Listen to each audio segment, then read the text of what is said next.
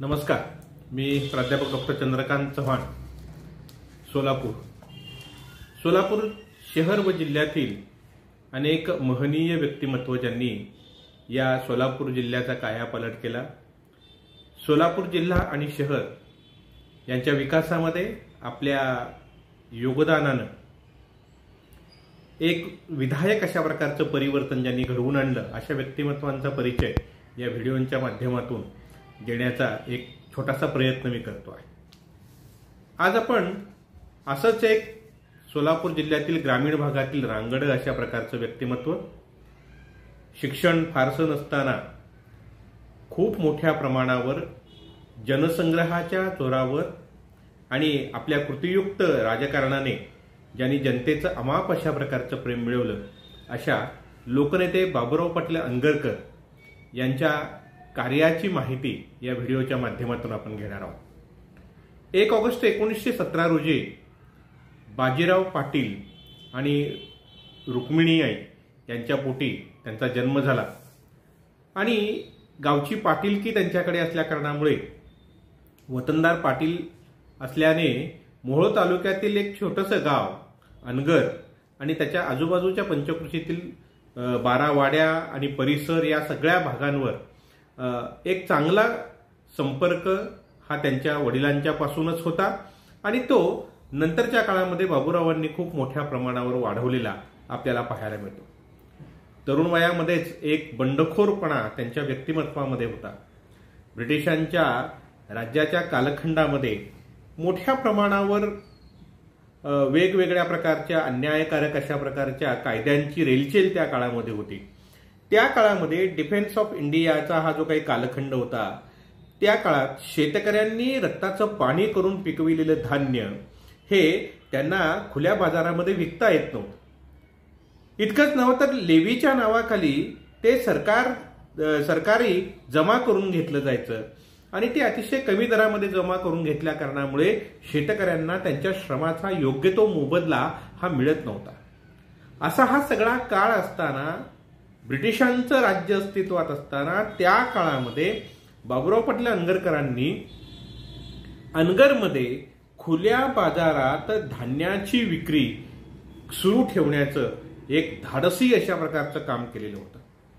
म्हणजे दुसऱ्या महायुद्धाचा काळ, सरकारची जबरदस्त अशा प्रकारची पकड आणि दबाव असं असताना देखील त्या विरोधामध्ये जाऊन बंडखोरी करून त्यांनी अनगरमध्ये खुल्या बाजारपेठेमध्ये धान्य विकणं चालू ठेवलेलं होतं आणि हे धान्य लोकांना सहजी उपलब्ध होत होतं. त्यांच्या श्रमाला योग्य मोल प्राप्त होत होतं.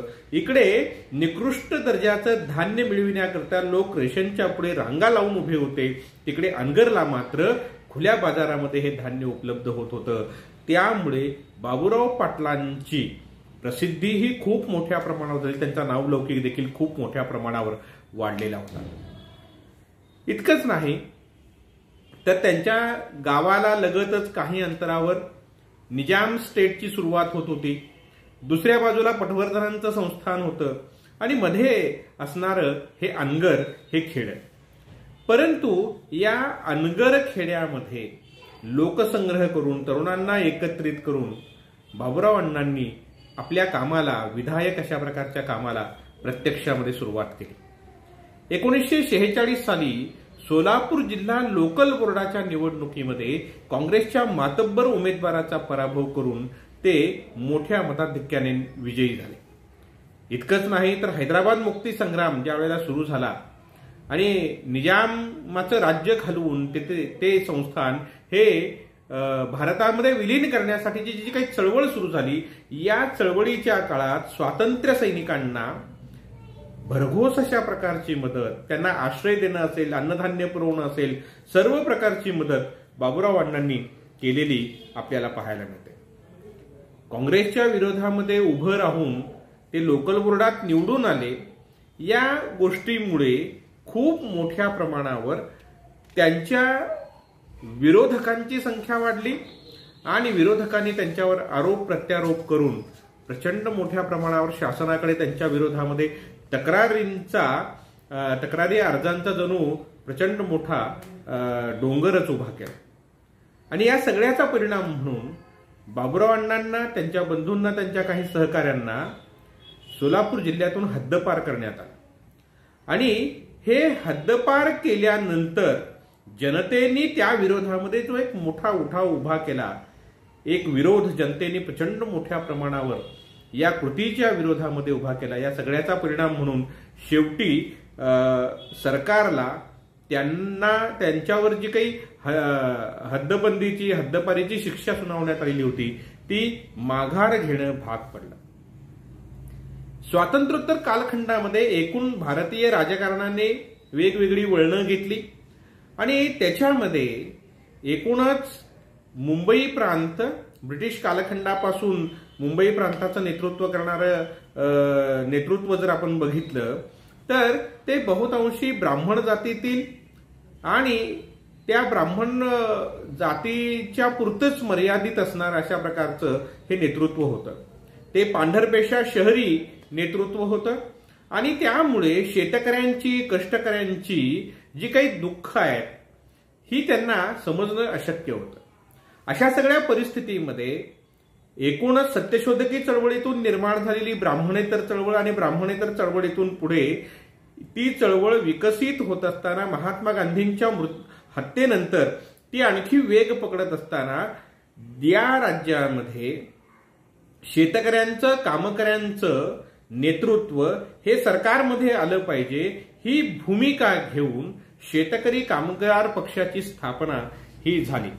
आणि मग त्याच्यामध्ये सोलापूर जिल्हा, महाराष्ट्र, इतर सर्वच महाराष्ट्रभर काँग्रेसला एक मोठं आव्हान शेतकरी कामगार पक्षाच्या रूपाने मिळालं आणि त्यातूनच मग मोठ्या प्रमाणावर हे जे आंदोलन उभं राहिलं त्यामध्ये सोलापुरातील तुळशीदासजी जाधव असतील, इतर त्यांचे सगळे सहकारी असतील, त्यांनी जी निवडणूक पुढे लढविली 1952ची, त्या निवडणुकीमध्ये सोलापूर जिल्ह्याने शेतकरी कामगार पक्षाच्या पाठीमागे प्रचंड अशा प्रकारचा त्यांचे 2 खासदार निवडून आणले, 6-7च्या पुढे आमदार निवडून आणले आणि या माध्यमातून खूप मोठा पाठिंबा शेतकरी कामगार पक्षाला दिला.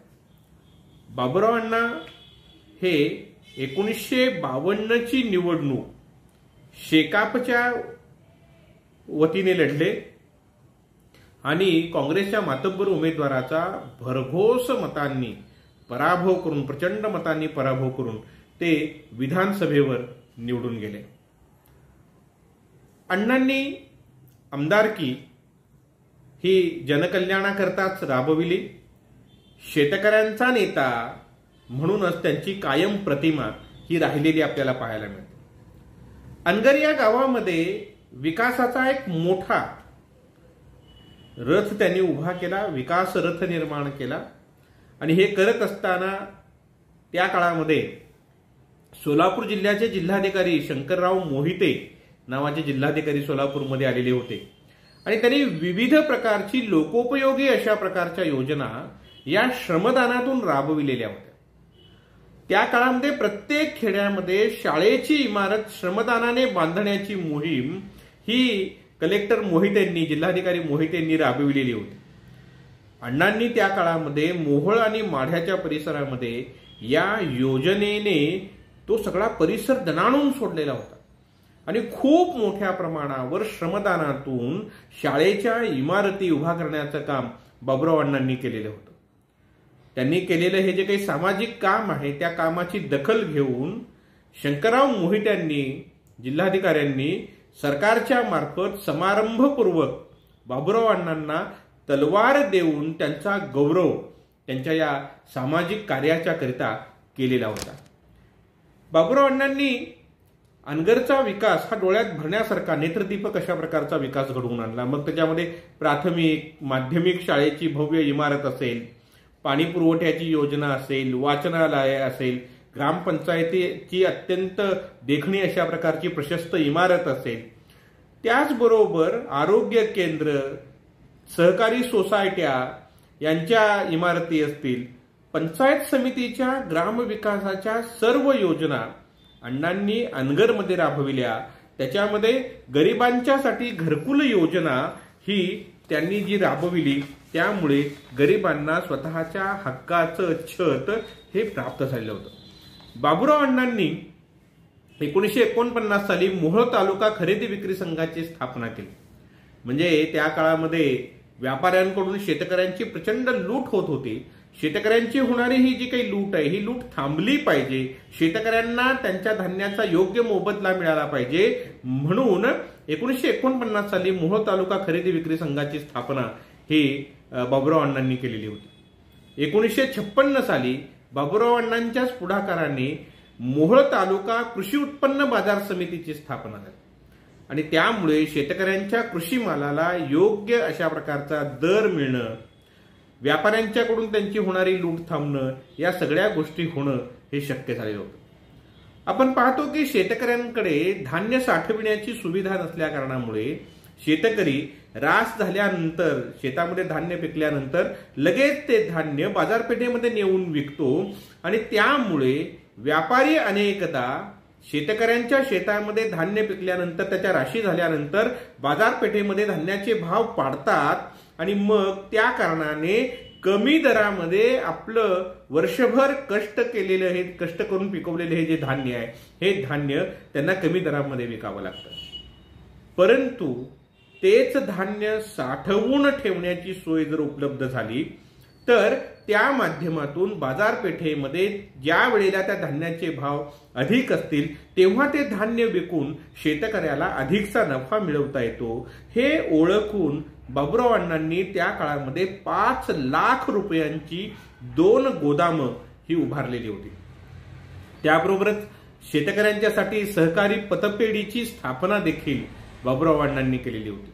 19 ऑगस्ट 1937 रोजी अनगरसिद्ध शिक्षण प्रसारक मंडळाची स्थापना बाबुराव अण्णांनी केली।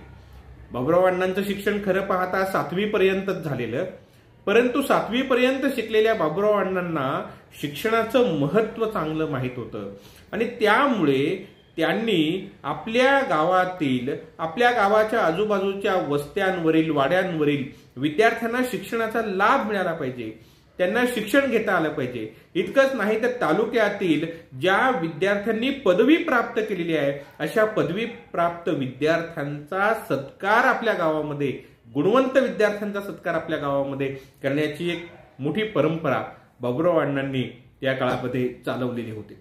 आणि म्हणून आज आपण पाहतो आहोत की त्या काळामध्ये अनगरसिद्ध शिक्षण प्रसारक मंडळाचं जे काही रोपटं बाबुराव अण्णांनी लावलं ते आज वटवृक्षाच्या रूपामध्ये रूपांतरित झालेलं आहे। म्हणजे कृषी विद्यालयासारख्या, तंत्र विद्यालयासारखी संस्था असेल, वरिष्ठ महाविद्यालय, कनिष्ठ महाविद्यालय, हायस्कूल, याच्यामधून जवळपास 2,500-3 हजाराच्या वर विद्यार्थी आज ते शिक्षण घेताना आपल्याला पाहायला मिळत आहे। इतकंच नाही तर अनेक गोरगरिबांना आपण काही व्यवसाय करावा असं वाटत असताना देखील त्यासाठी लागणारं भांडवल त्यांच्याकडे नाही, या कारणाने त्यांना छोटे मोठे व्यवसाय देखील सुरू करता येत नव्हते। त्यांना कुठल्याही राष्ट्रीयकृत बँका या कर्ज द्यायला तयार नव्हत्या। तेव्हा अशा गोरगरिबांना स्वतःचा व्यवसाय सुरू करता यावा आणि जीवनामध्ये पुढे जाण्याची, पुढचं पाऊल टाकण्याची एक संधी प्राप्त व्हावी, आर्थिक संपन्नता निर्माण होण्याच्या दृष्टीने, रोजगार मिळण्याच्या दृष्टीने एक पाऊल पुढे त्यांच्या आयुष्यामध्ये पडावं, म्हणून बाबुराव अण्णांनी नागरी सहकारी संस्थेची स्थापना सन 1984 मध्ये केलेली होती आणि या माध्यमातून लोकांच्या हाताला काम देणं, त्यांना स्वतःचा कौशल्याचा वापर करून रोजगार मिळवून देण्याचं काम हे बाबुराव अण्णांनी केलेलं होतं। खरं तर एक जननायक जनतेचा पाठिंबा अविरत मिळवितो आणि जनतेच्या पाठिंब्यावर, त्यांच्या हृदय सिंहासनावर आरूढ होतो, हे होणं सोपी गोष्ट नाहीये। त्यासाठी जनकल्याणाचा ध्यास घ्यावा लागतो। बाबुराव अण्णांच्या आयुष्यातील अनेक किस्से अनेकांनी सांगितलेले आहेत की त्या काळामध्ये रस्ते नव्हते, ओढ्यांना पाणी यायचं, ओढ्यांना पाणी आल्यानंतर एसटी पाण्यामध्ये अडकल्यानंतर बाबुराव अण्णा आपल्या सहकाऱ्यांसह कसं त्या एसटी मध्ये महिला बसलेल्या आहेत, लहान मुलं बसलेली आहेत आणि एसटी पाण्याच्या धाराच्या वेगामुळे प्रवाहामध्ये वाहून जाते की काय अशी परिस्थिती निर्माण झाली। त्यावेळेला त्या एसटीला ओढ्यातून बाहेर काढणं यासारखं काम असेल किंवा एसटी चिखलामध्ये अडकल्यानंतर सापडलेल्या त्या सगळ्या अंधारामध्ये अडकलेल्या प्रवाशांना रात्रीच्या वेळी अनगरमध्ये आश्रय देऊन त्यांना भोजन देणं अशी कितीतरी कामं ही बाबुराव अण्णांनी केलेली होती आणि म्हणून जनमानसामध्ये त्यांच्या हृदय सिंहासनावर ते आरूढ झालेले होते. 1972चा दुष्काळ आणि या 72च्या दुष्काळामध्ये अण्णांनी जे काम केलं त्या कामामुळे म्हणजे कोणतंही पद नंतरच्या काळामध्ये अण्णांच्याकडे नसताना देखील अण्णांच्या भोवती सोलापूर जिल्ह्याचं राजकारण फिरत होतं. अण्णा दूध संघ असेल, सोलापूर जिल्हा मध्यवर्ती बँक असेल किंवा जिल्हा परिषदेचं राजकारण असेल, पंचायत समितीचं राजकारण असेल, या सगळ्यामध्ये कोण नेतृत्व करावं हे ठरविण्याची वेळ जेव्हा येत असे त्यावेळेला अण्णांचा सल्ला आणि मार्गदर्शन हे महत्वाचं मानलं जात असे. म्हणजे अण्णा जणू किंग मेकरच्या भूमिकेमध्ये नंतरच्या काळामध्ये राहिले.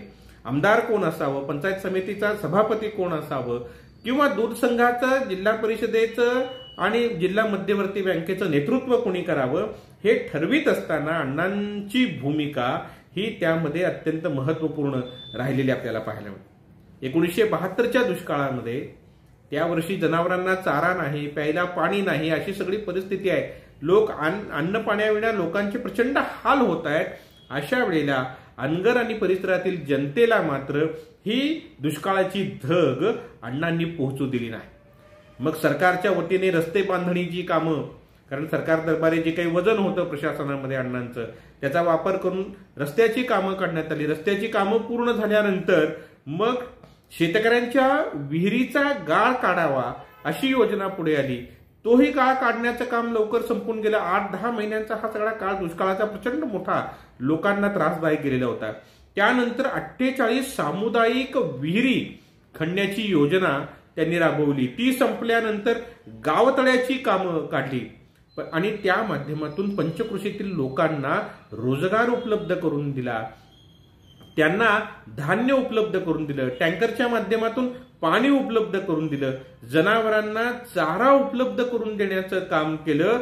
इतकंच नाही तर त्या काळामध्ये गावामध्ये असणारी जी काही मंदिरं होती, मशीद होती, सार्वजनिक इमारती होत्या, यांची डागडुजी आणि रंगरंगोटी करण्याचं काम देखील देऊन त्यांनी लोकांच्या हाताला रोजगार दिला.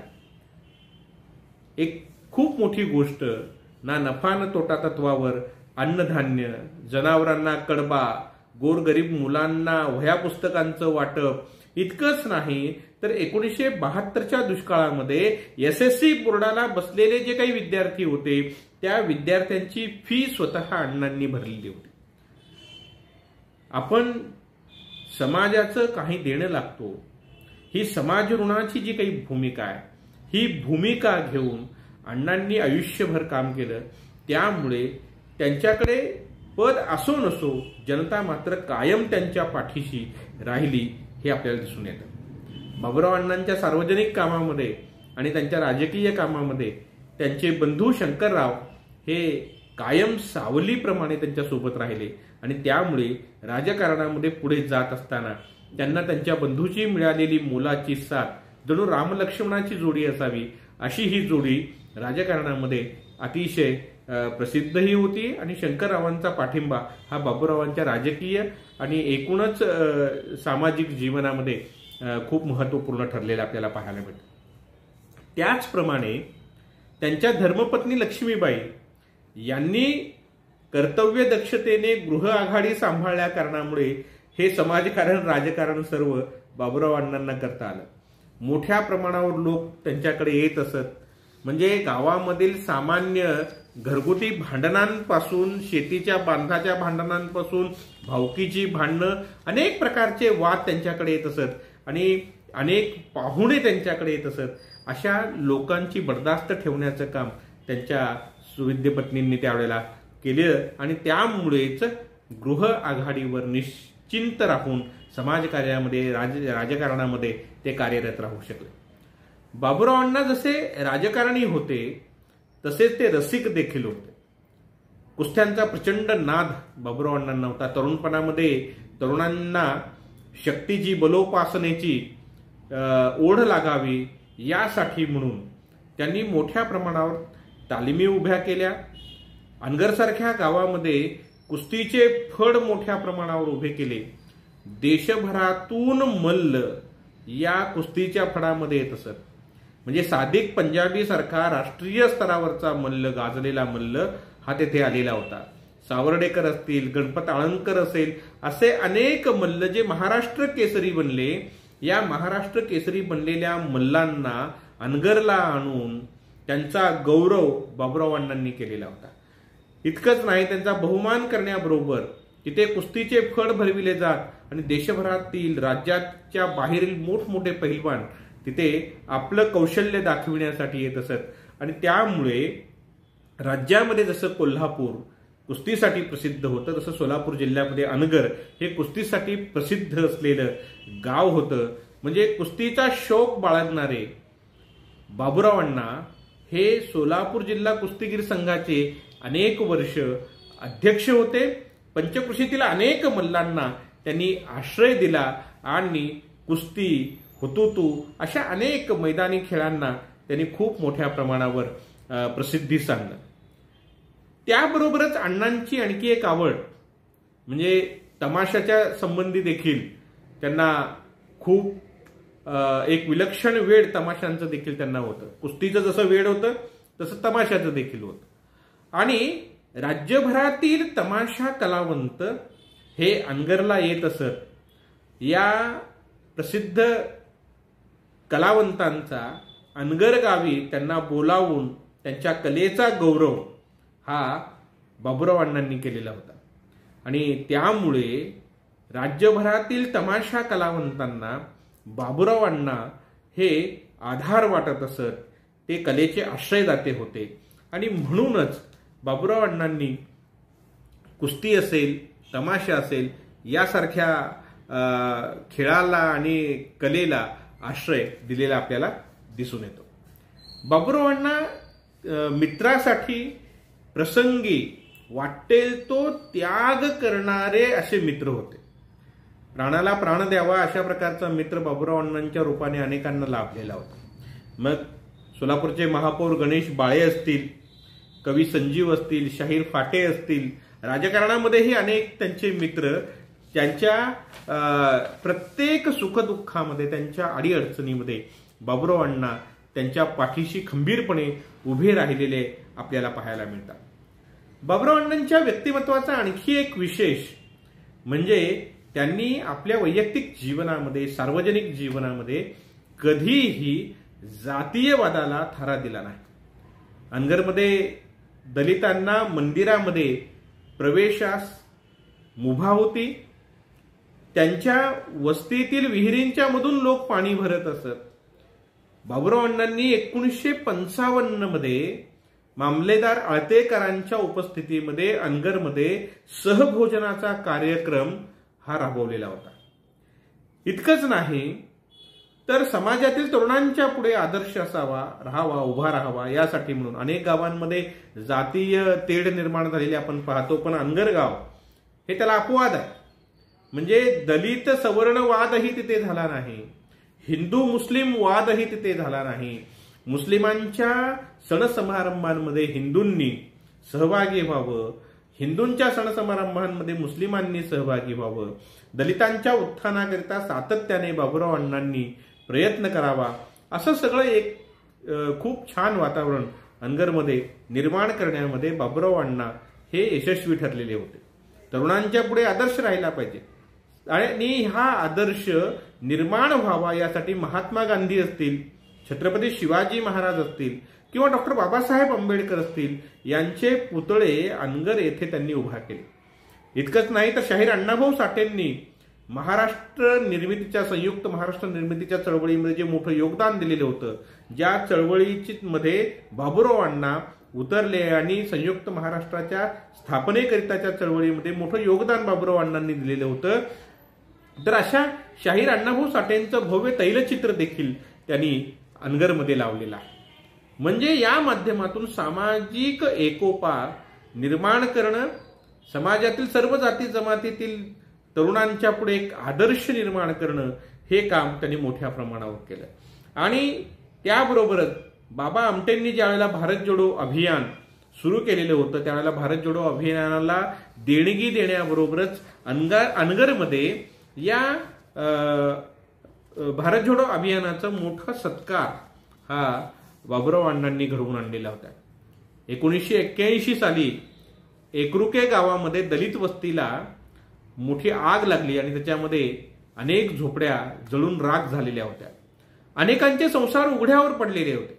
बाबुराव अण्णांना जेव्हा हे समजलं तेव्हा ते लगेच धावून आले आणि धावून येऊन तिथल्या तिथे 7 पोती ज्वारी ही त्यांनी लोकांना लगेच मदत केली। इतकंच नाही तर प्रत्येकी 2,500 रुपये सरकारी अनुदान देखील त्यांनी आपलं एकूण राजकीय वजन वापरून त्यांना मिळवून दिलेलं होतं।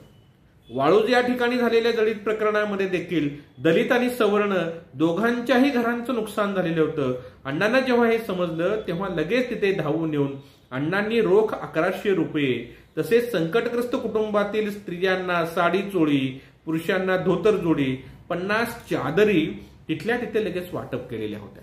म्हणजे जनता संकटात आहे म्हटल्यानंतर त्या संकटाच्या प्रसंगी धावून जाऊन त्यांना आधार देण्याचं जे काम आहे, एक लोकनेत्याची जी भूमिका त्या बाबतीमध्ये असायला पाहिजे। का लोक अण्णांवर प्रेम करत होते तर त्याचं एक सगळ्यात महत्वाचं कारण हे होतं की अण्णांनी त्या जनतेवर देखील तितकंच प्रेम केलं।